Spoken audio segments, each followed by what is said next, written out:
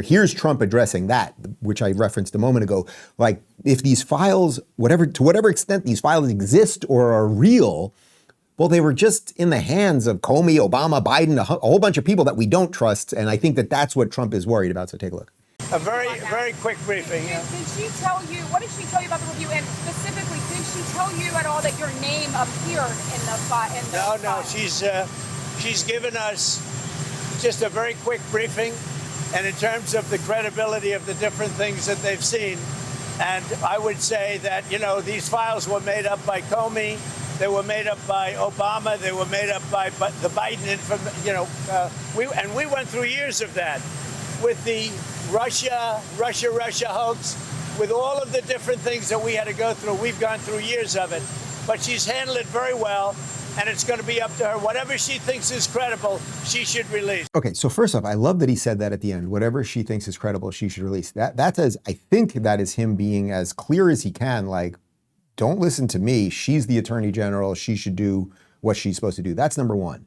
Number two is the more important thing, though, which I think is this idea that if the files were there and we know all of the tricks that these mother did to take out Trump, whether it was to make sure his businesses couldn't exist in New York, or whether it was that he was a Russian agent, or that he was an insurrectionist, or everything else, he is leery of whatever may or may not be in the documents. The problem, I think, is that the base, or a certain set of the base, or at least the Twitter base, is so riled up about this that it's like, will there be an answer? Like, if you release everything, if you do exactly what Nikki said right there, which again, I agree with, you redact all the names, but you release everything, if it doesn't have the smoking gun, will it stop the people who are down that rabbit hole from further trying to destroy Trump? And that would be the worst of all situations here, I think.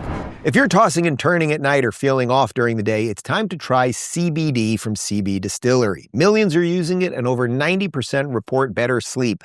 But it's not just sleep. CB Distillery is clean, targeted formulas for stress, focus, post-workout pain, and even pets.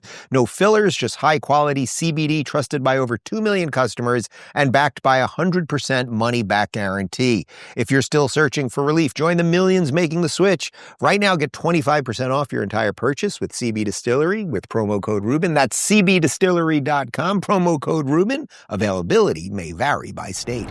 Here's Trump on Truth Social. He really kind of unleashed on this. This is just from this morning.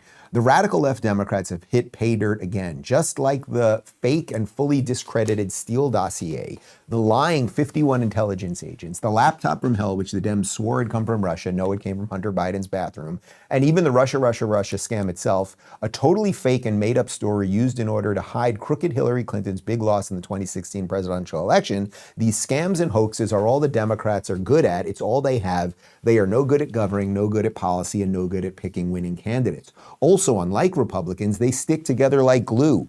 Their new scam is what we will forever call the Jeffrey Epstein hoax. And my past supporters, and it's interesting he wrote my past in capitals, have bought into this hook, line, and sinker. They haven't learned their lesson and probably never will, even after being conned by the lunatic left for 8 long years. I've had more success in 6 months than perhaps any president in our country's history, and all these people want to talk about with strong prodding by the fake news and the success-starved Dems is the Jeffrey Epstein hoax. Let these weaklings continue forward and do the Democrats' work, and don't even think about talking of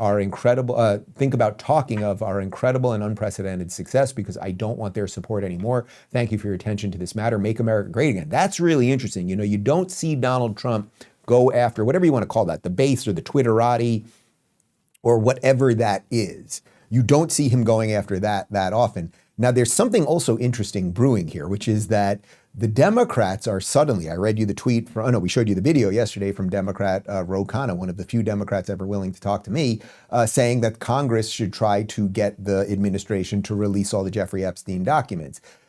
Now, think about that. Is Ro Khanna and the Democrats who suddenly want these things released, even though they had the House and the Senate and the presidency for 4 years under Biden and could have done it, they suddenly want it done, and they're literally saying it in their own words, well, the MAGA base wants it. So the very same people you think are racists and blah, blah, blah, suddenly they want something, but it might help you. So are the Democrats suddenly really good guys here? That's what Trump is pointing out. You're doing the bidding of the Democrats, and I would say this feels a little bit to me like Admiral Akbar in Return of the Jedi. It's a trap. That is not to say you don't release whatever documents can be released while protecting the innocent, but there's just something weird suddenly happening. I hope I've illustrated that clearly enough here.